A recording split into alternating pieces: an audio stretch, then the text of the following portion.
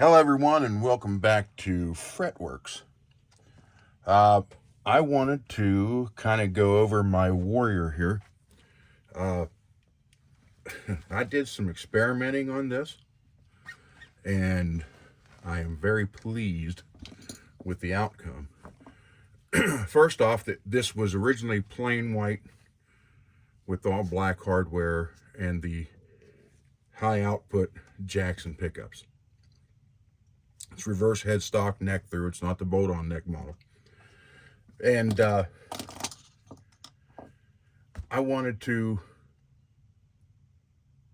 experiment with it and upgrade it.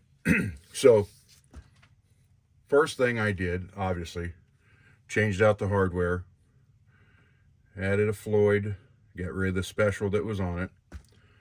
I installed a Tessie switch, kill switch in it, changed the pots to CTS 500, and they are matched at actually 524. They register each of them. Well, this one's 524, this one's 523. So on all my potentiometers, I check them and then mark them, and I try to pair them up. Now, the bridge pickup is the Seymour Duncan Slug. This, believe it or not, is a bridge dimebucker. Now, when I put this in here, I had a regular 7 ohm output neck pickup. This is ungodly high output. As a matter of fact, I'm going to show you here in a minute. I have my good meters up here, but this is a cheap one that I actually made this cable for. And that way you can just plug it in and see the actual output you're getting from your pickups. And that way you don't have to, check the wiring or pinch the wires and everything, check them that way. Do just like this. So we'll do this here in a minute. But anyhow, and I originally had this dimebucker here in the bridge. So when I put this in, like I said, ridiculously high output. All your other, when you think of a high output, a lot of people think the Seymour Duncan Screaming Demon, which was a George Lynch signature pickup. I don't know if he's come out with a new one yet or not, or even if he's still with Seymour Duncan. But everybody thought, oh wow, Screaming Demon. Well, that basically I've seen him down as low as 10 to 12 something output ohms. When you get into like this was, wow, I don't remember now, 15 ohms, 16. I have a custom 5, I think it's 15.7 or 16.7. So what I'm saying is usually 20, anywhere between 12 and 20 is a high output bridge pickup. Neck pickups usually 6 to 9, sometimes 10-ish. I think we'll find out. I think this was somewhere between 14 and 16, or maybe even a little bit more. But anyhow, so when I put this in initially, when you had the volume set and you were playing it, and then you would flip up to the neck pickup, it was like you shut the volume off, because this was so much, and I mean so much hotter than that. So I thought, you know what? Let's take the original dimebucker out of here, put it in the neck. And I had people say, oh, you need to turn around, you need to turn around. I didn't do that. I left it like I just moved it up. Took the regular Seymour Duncan out, Jackson took it out, put this in there, the slug in the back. This artwork you see here, believe it or not, I did with a marker. I just touched this one up last night. The red is red marker. The gold tooth is gold marker. All the black is a Sharpie. And I went through and like I touched up some of the spots on this one last night. If you look real close, you can see the grooves. Now I did this because I just wanted to sample and see if I would like these skulls I put on here. And I did down here also like a little bit of a spinal cord. I wanted to see if I would like it. And I thought, well, you know, if I like it, if I don't like it, I could, you know, wash it off with alcohol, rub it out, whatever. Then it turned out I liked it. So now I got to strip everything and clear the top and clear over top of it. But luckily it's in a way, or it's in a position where you don't rub it to knock it off. I mean, you can.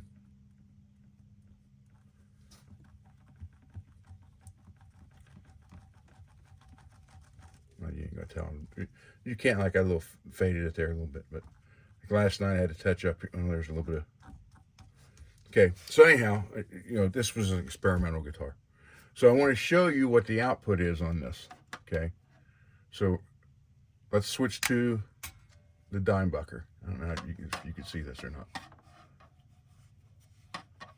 Let's hold it like that.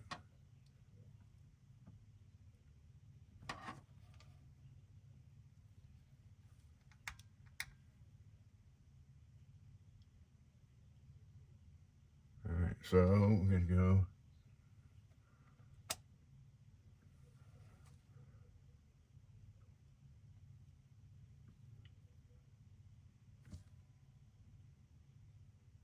So this neck pickup is 16.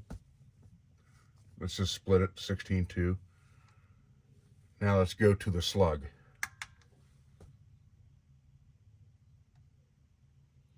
42.5. Yeah. And you put them together, you're still ending up with 12. So we're going 42.4, 42.5, 12, and then what was that? 16.2.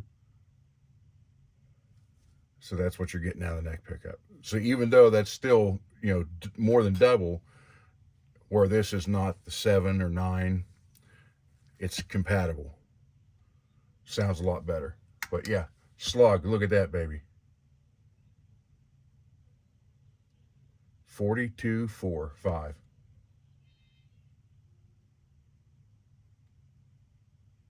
This is a monster, and it's not uncontrollable, where a lot of people think it may be. Shut that off. Yeah, just cut the prongs off, the pointers, like this. And then just solder in a plug. Plug it in, you got instant reading. It's nice if you're working on someone's guitar and they're like, well, I don't know how strong my output is. And, you know, you don't want to take the pickup out, and you're not getting in the back of it to, you know, you really don't want to just mess with everything. So just plug that in and check it. Very nice. Nice, easy. Then I took some shrink wrap and, you know, just heat shrunk everything around it. So that this was just a cheap. This was Harbor Freight, like $5 for that whole meter and a new set of cables. And matter of fact, I just got it today because the old set of cables, I didn't do this. Here's what I messed up on the old set. I put extra shielding here, clear up here, because I had this black shielding clear up to as far as it would go. And what happened is it ended up breaking the wire on the red one from the pressure, from moving it around. So I put an extra shrink wrap on those to stiffen them up. And then, as you can see, they're down about a ½ inch. And then shrink wrap the whole thing. So it's good to go. Nice little tip for $5. And if you got an old instrument cable that doesn't work anymore, cut the end off of it,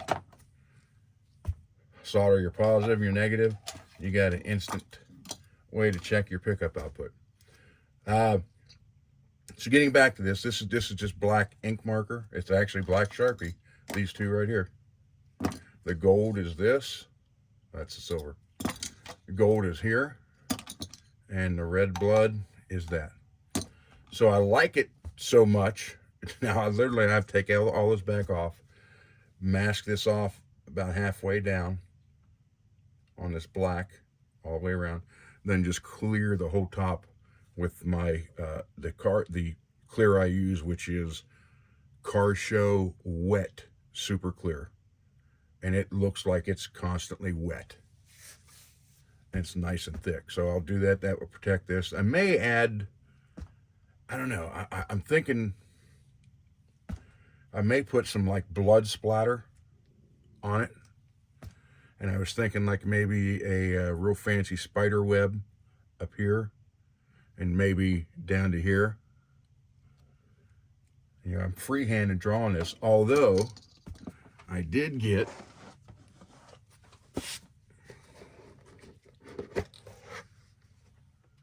a new airbrush set, which will take everything to a new level.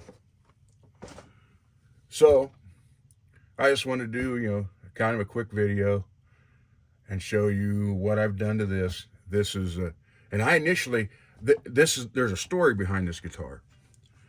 A friend of mine who used to work at one of the local guitar stores was the repair tech luthier there, and I would always go hang out on Saturday morning with him and occasionally take him to lunch, and then he would, like if I needed a couple potentiometers or a switch or something, he'd always toss one to me.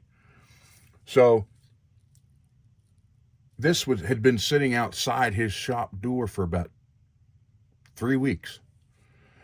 And I finally, this particular day, I asked him, I said, what's up with the Warrior out there? Because I love the neck on this thing. It's reverse headstock, love the neck on it. He's like, well, it's missing some parts. And I said, wow, I can't believe Fender/Jackson sent that to you without everything on it. He goes, oh no, it's used. But it needed, it didn't have a tremolo on it. And like I said, it had the Jackson pickups, and all the hardware was black and it was plain white. No kill switch.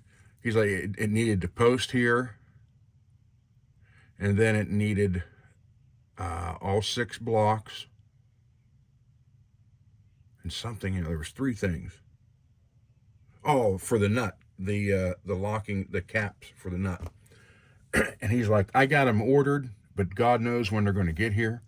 Well, I'm known as the Floyd Rose guy in this area. So I said, well, I'll run back to the house, about a 20-minute drive each way.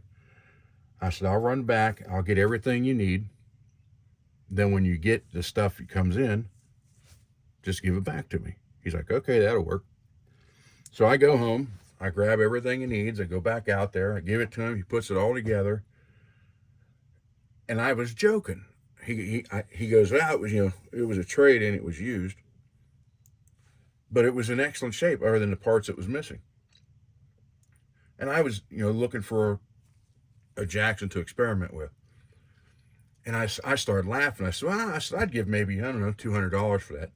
Well, the manager walked by about 3 minutes later and come in to ask him about lunch.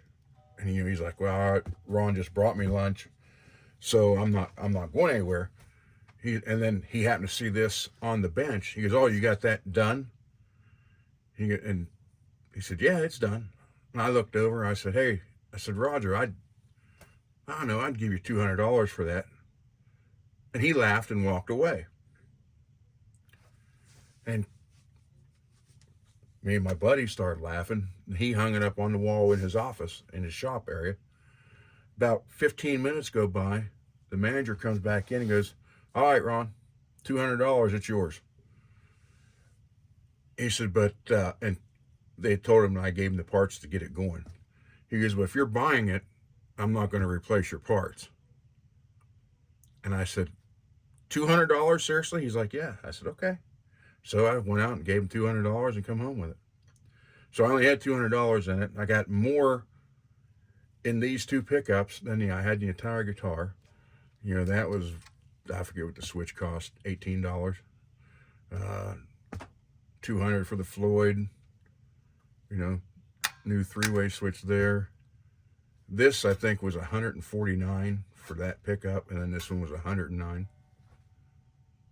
So, but you can see that's my artwork from them. And if you look real close, you might be able to see like the lines from the Sharpie. Except the red. The red's actual, that's actually right here. Plus, I like the neck. The maple neck with the black inlays. So, the only thing I have left to upgrade on it now is I'm going to put a set of chrome Grover's tuners in it. And then, obviously, do a couple more things to the top here, and then clear over top everything. I did one gold tooth. So, oh, I put silver back here too. Took the black out and put silver in. So I, wanted to completely change the looks of it.